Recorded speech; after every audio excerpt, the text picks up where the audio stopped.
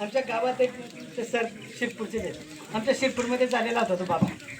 हां, तो बाबा काय करायचा, फक्त माझ्याकडे पहा, ज्या ज्या वस्तूला हात लावेल ना ती वस्तू गोड लागायची. आता ती गोड कशी करायचा तो बाबा ते मी तुम्हाला सांगतो.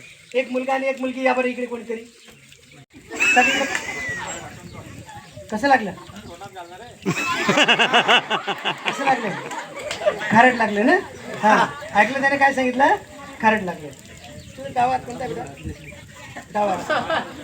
हां, त्याचं पोट चाकून बघ बरं कसं लागतंय. खारट लागतंय. हां, ती पण काय म्हणते, पुन्हा एकदा खात्री कर बरं. कसं लागलंय? खारट लागलंय. म्हणजे दोघांनी नाकात बोटं घातली होती का? नाकात नाही बोटं घातली ना? हां, म्हणजे त्यांना चव नाही लागली. हा, कशी तरी चव लागली म्हणून आपण सांगून देतो. आलं लक्षात? कोणतं पोट होतं बेटा ते? हां, तुझं कोणतं पोट होतं? तू ये या बाजूला. कोणतं पोट होतं वरती काय? हां, तुझं कोणतं पोट होतं? आता बघा, विनायक सरांनी तुम्हाला सुरुवातीला सांगितलं की मुलींची संख्या जास्त दिसते. हां, तुम्हाला शिकायला कोणी प्रोत्साहित केलं? कोणामुळे तुम्ही आले? अगदी बरोबर, सावित्रीबाईमुळे. आणि सावित्रीबाईंना कोणी प्रेरणा दिली? ज्योतिबा फुलेंनी. मग आपण दोघांच्या नावाचा जय जयकार करायचा. मंत्रामध्ये ताकद नसते हे आपल्याला समजून गेला आता. हां, सगळ्यांनी म्हणायचं, सावित्रीमाई फुले की जोरात, सावित्रीमाई फुले की, महात्मा ज्योतिबा फुले की. चाकून बघ बेटा कसं लागलं बोल, कसं लागलं तुरे? अच्छा, चला बस.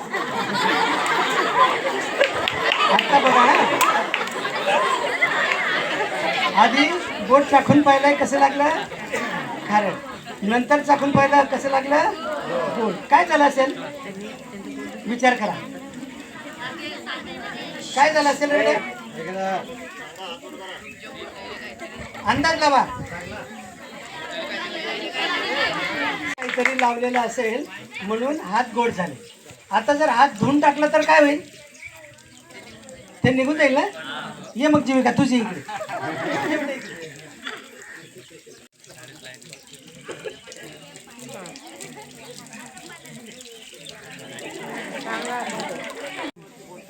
आता धुतलं गेलं असेल ना बेटा? हां, तुझं पोट वरती कर बरं. चाकून बघ कसं लागलंय, कसं लागलंय? Very good. मग आता सांगा, हात धुतले अगदी बरोबर. काय? ज्या पाण्यानं हात धुतले मी ते पण गोड असण्याची शक्यता आहे ना? हे चांगलं. हां, कोणाला असं वाटतं? कोणी सांगितलं पाण्यात काहीतरी टाकसान? कसं लागलंय? गोड नाही ना? साधं पाणी आहे ना? कार्यक्रम संपल्यावर कोणाला खात्री करायची असेल तांब्या इथंच ठेवतो.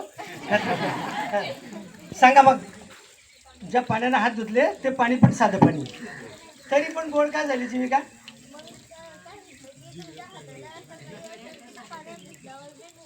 पाण्यानं धुतल्यावर पण निघत नाही. अगदी व्हेरी गुड. टाळ्या वाजवा पुन्हा. अशी काहीतरी वस्तू लावलेली असेल की ती पाण्यानं, साध्या पाण्यानं सुद्धा निघत नाही. आपण जेवणाच्या आधी हात धुतो की नाही? कशानं धुतो? साध्या पाण्यानं धुतो का? साबण लावतो, हां, लिक्विड लावतो काहीतरी. तुम्ही माझ्या हाताला काही पण लावलं तरी माझे हात गोडच होतील. आपल्याकडे वेळ कमी आहे म्हणून सांगून टाकतो. हां, मी कार्यक्रमाला उठण्याच्या अगोदर एक गोळी हाताला लावून घेतलेली. आणि ती गोळी कोणती असते? मेडिकल दुकानावर भेटते. हां, डायबिटीज झालेल्या लोकांना डॉक्टर प्रेफर करतात. शुगर फ्री गोळी म्हणतात तिला. हां, या शुगर फ्रीच्या गोळीमध्ये जे उन्हात बसले ते बेटा एक तर पुढे येऊन जा, एक तर मागे चालले जा सावलीत. हां, पुढे बघा, या पुढे. की साखरेपेक्षा 500 पटीनं गोड असते ही शुगर फ्रीची गोळी.